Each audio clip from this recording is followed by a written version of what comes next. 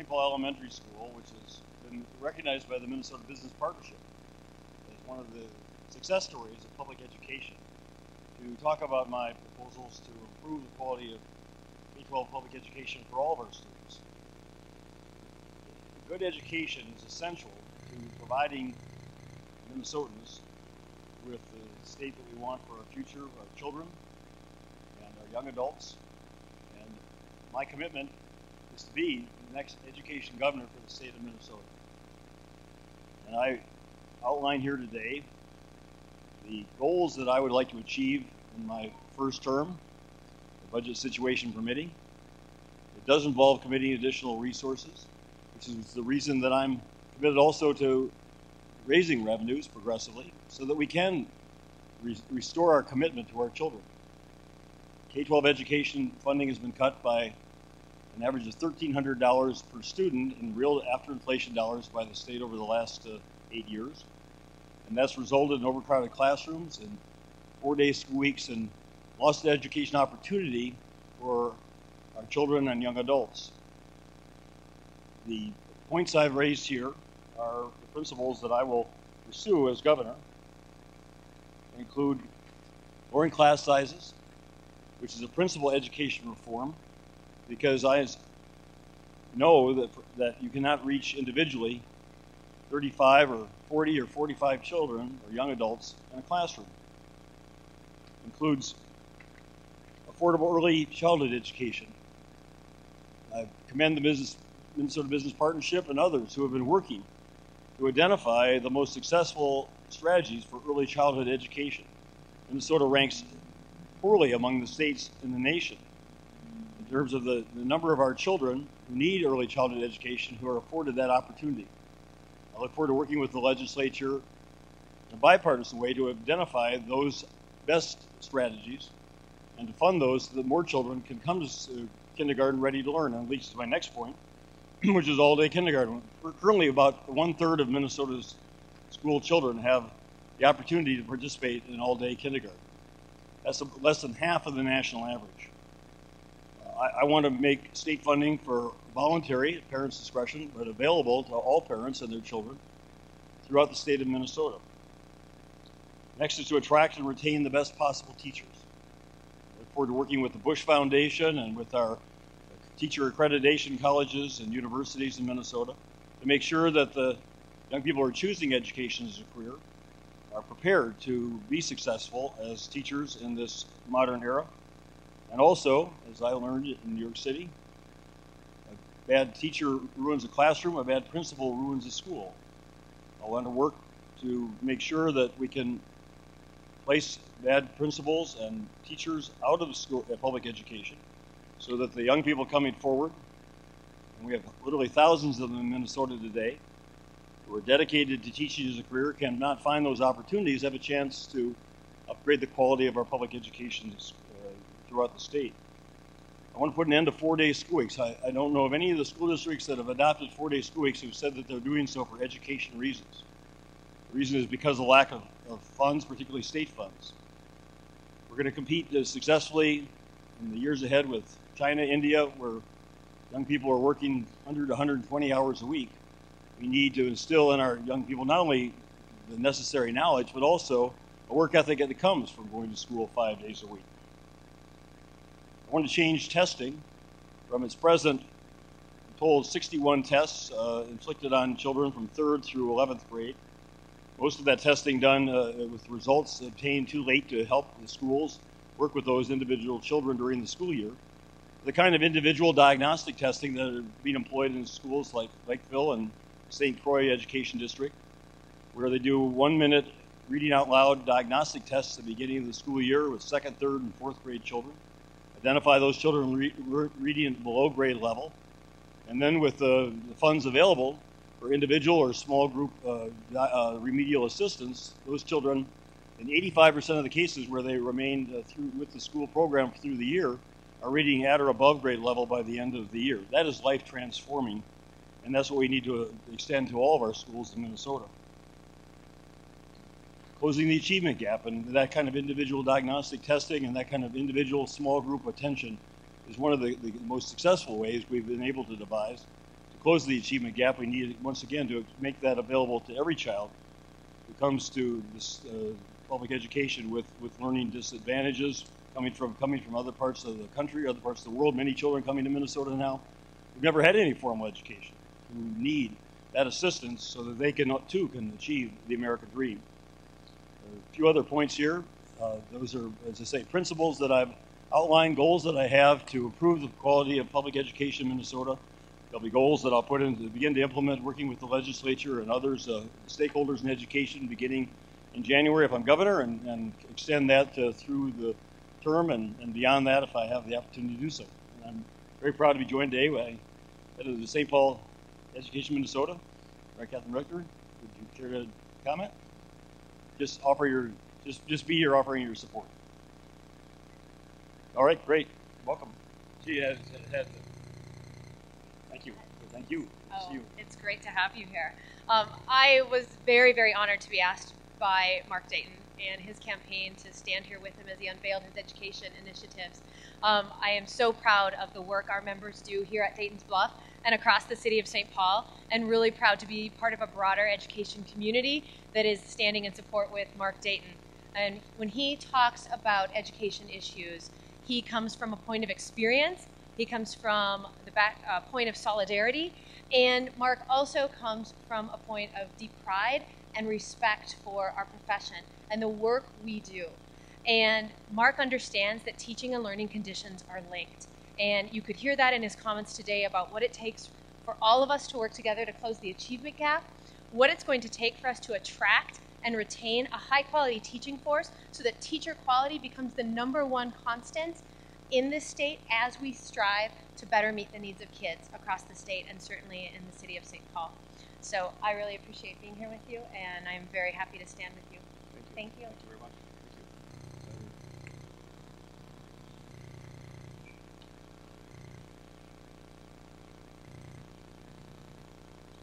I mean, I will do whatever is necessary to improve the quality of education in Minnesota. I'd rather work with Education Minnesota and work with the others who care about the future of education. I think some of these aspects of outplacing teachers that are ineffective, principals that are ineffective, may run contrary to some of their views. But I'd rather work cooperatively with those, because I know that in a classroom it takes a teacher to impart the educational experience that we want for our children. So I'd rather work with teachers than against teachers.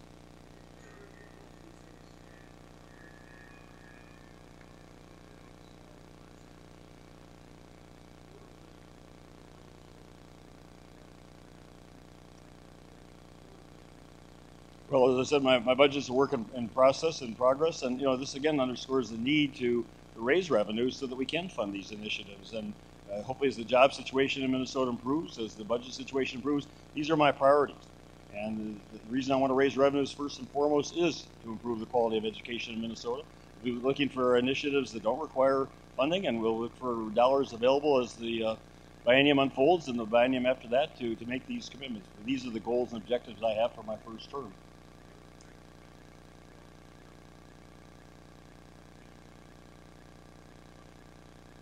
Well, I want to meet the commitment that's in the budget projection for the next biennium, which is based on the fact that we're going to have about 10,000 more students in our K-12 schools, classes in Minnesota in 2012 than we did in 2010. So we have an influx of students, which is what's driving the projection from the $13.3 million that the state's spending now in state money, and then you add $500 million of federal stimulus money to what's in the budget forecast prepared by the econometric firm of $14.3 million, and then I'm committed to trying to repay the shift. I believe that's an obligation. It's required by law. That's $1.4 billion on the books for the next biennium, and in the worst case scenario in my budget, as I said yesterday, that those funds are simply not available. I mean, that's where that gap would have to be made up. But I don't want to do that, and I'm committed to repaying the shift at all possible.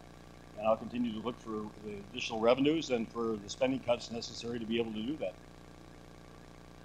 I think we've got to maintain at least the level of funding that's called for, the $14.3 million, because again, that's not a discretionary figure. That's based on the formula set by current law, by the current governor and legislature, increased by the number of additional students that are going to be coming into the system over the next 2 years.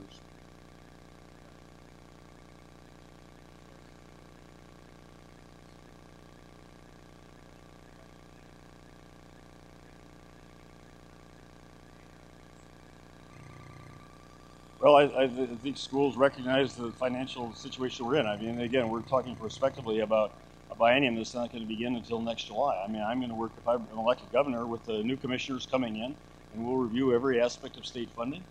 And I'll continue to look for revenue sources that are progressive in nature, and with a goal toward repaying that shift, because it's on the books. As a result of the shift this year, we're told by the Minnesota School Board Association with about $28 million of additional borrowing and a layoff of additional 400 teachers. So the schools have had to manage this, but the uncertainty certainly, and the fact that in the midst of their financial years, that the legislature is reversing commitments, has certainly put an economic hardship on many of the school districts. And it's also resulted in higher property taxes. So if the state isn't meeting its financial obligation, the consequences are overcrowded classrooms and 4-day school weeks and higher property taxes for middle-income Minnesotans. My commitment is to raise revenues progressively, and both of my opponents have budget proposals that are going to put an additional tax burden on middle-income taxpayers, and that's the basic difference between our respective proposals.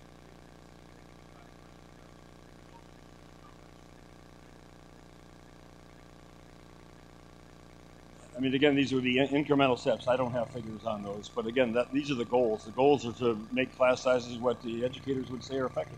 You know, again, in some of the remedial programs I've seen in Lakeville and St. Croix with young children, these are, individual attention. It's not, one size fits all. In some class sizes, maybe it's, works if there's a teacher assistant to have 20 to 25 children in a classroom.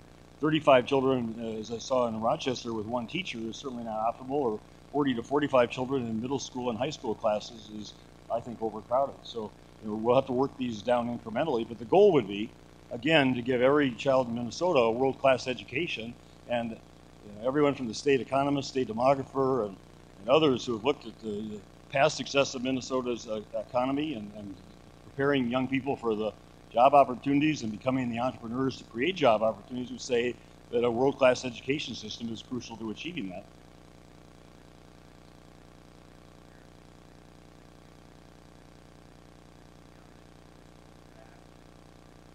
I've heard some school districts are favorable toward Q-comp, and others are less so. There's an article today in the paper that had one study just in Vanderbilt that questioned whether merit pay was effective in improving student performance. And I think our education policies should be based on what's best for our children.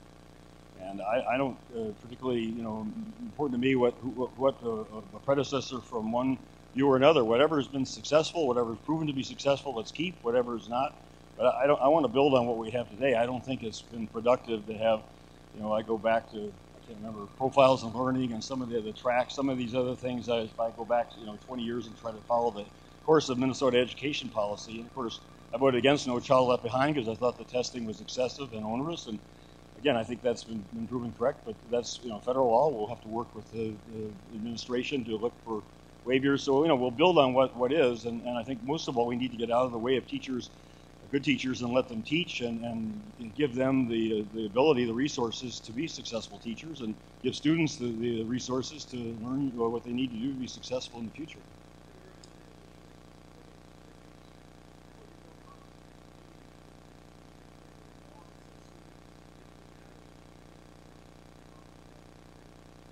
Well, I'd like to say that we would not allow school districts to go that course, but I recognize, again, I've talked to not all of them, but probably a majority of the ones, at least the ones that are implemented up till this September. And I haven't had anyone say they're doing this for educational reasons. They're doing this for financial reasons. So if we're going to, mandate the end of it, we have to provide the resources from the states in order to enable them to do so. I think they're making necessary decisions, and they're saving some things like transportation costs. One of the proposals here is to share some of the transportation costs among districts. We've got to look for ways that districts can share cooperatively some of these costs of that are not related directly to the classroom. So, I'm gonna work with people. I'm not going to try to impose more mandates, especially without the financial resources to carry them out. I'm going to work with school districts, work with educators, with those who have the expertise, and try to be as flexible as possible while saying these are the goals.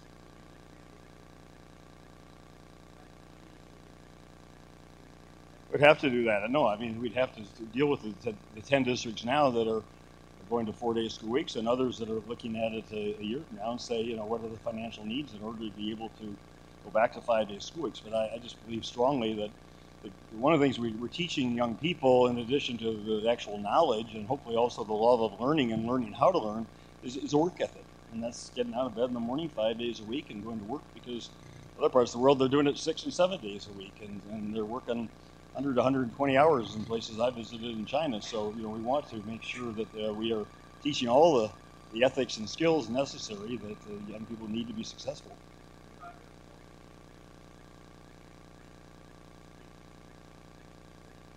All-day kindergarten? All-day kindergarten? Yeah. Well, I think it's got to be optional. I mean, again, the parents have to decide that. But right now, with the school districts, either parents pay more in some cases for kindergarten, and that's, you know, is discriminatory against those who can't afford it, or the school districts, you know, raise that essentially through property taxes in order to be able to provide an all-day kindergarten option. So my goal, and the majority of other states provide funding for all-day kindergarten, including states that Sunbelt area, that we would like to think, you know, we have a better commitment to public education than some of the others. So again, you know, we have to look at the price tag of that. I've seen the price, you know, what that would cost, but my goal would be that we would provide state funding for school districts, and then the school districts that are paying for it now would be able to use those funds for other purposes or reduce property taxes. Oh yes, no, yes.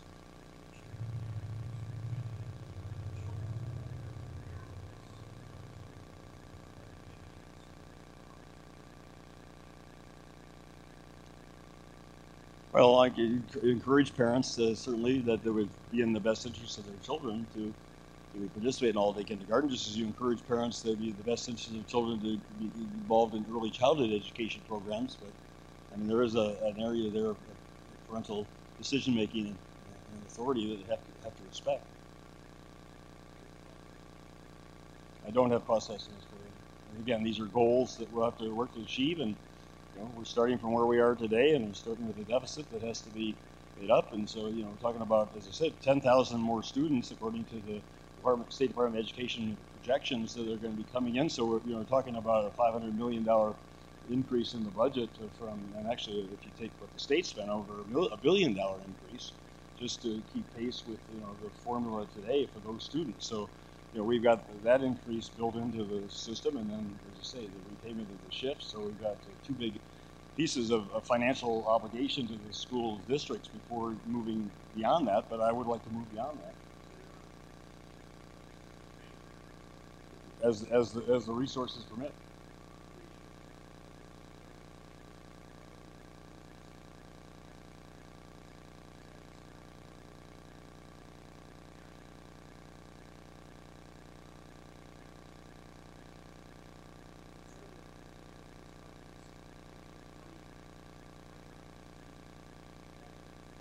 Well, we asked the professional staff at the Department of Revenue, and they gave us a cost estimate on the property tax proposal, and they said they couldn't give us an estimate on the Snowbird loophole.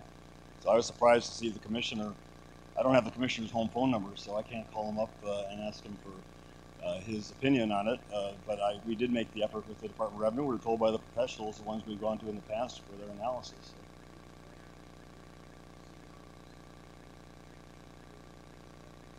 Well, I said to people who,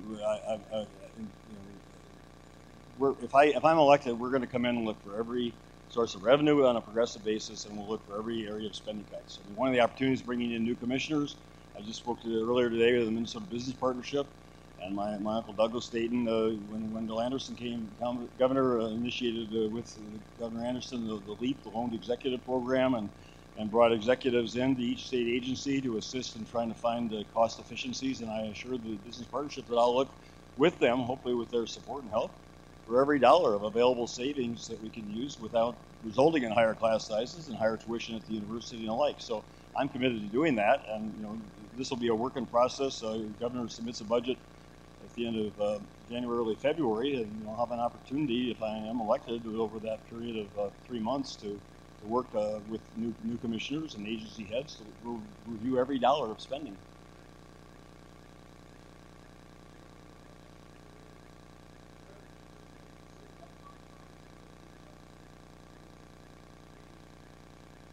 Well, I just think if people are benefiting from the state, and we're going to share the responsibility for the paying for the services in Minnesota, that those who are here for 4 or 5 months, as many are, should pay on a percentage basis for the amount of time they're here. I hope they'll continue to be in Minnesota, and I think there are a lot of good reasons for them to be in Minnesota. But again, if for people to be here for that length of time and using our highways and using our public services and benefiting from public safety, police and fire protection, everything else, I just think again that we want to share this and ask people who can afford if they would help us meet this deficit and provide the services that they and their children and grandchildren benefit from. Thank you very much. Whoa.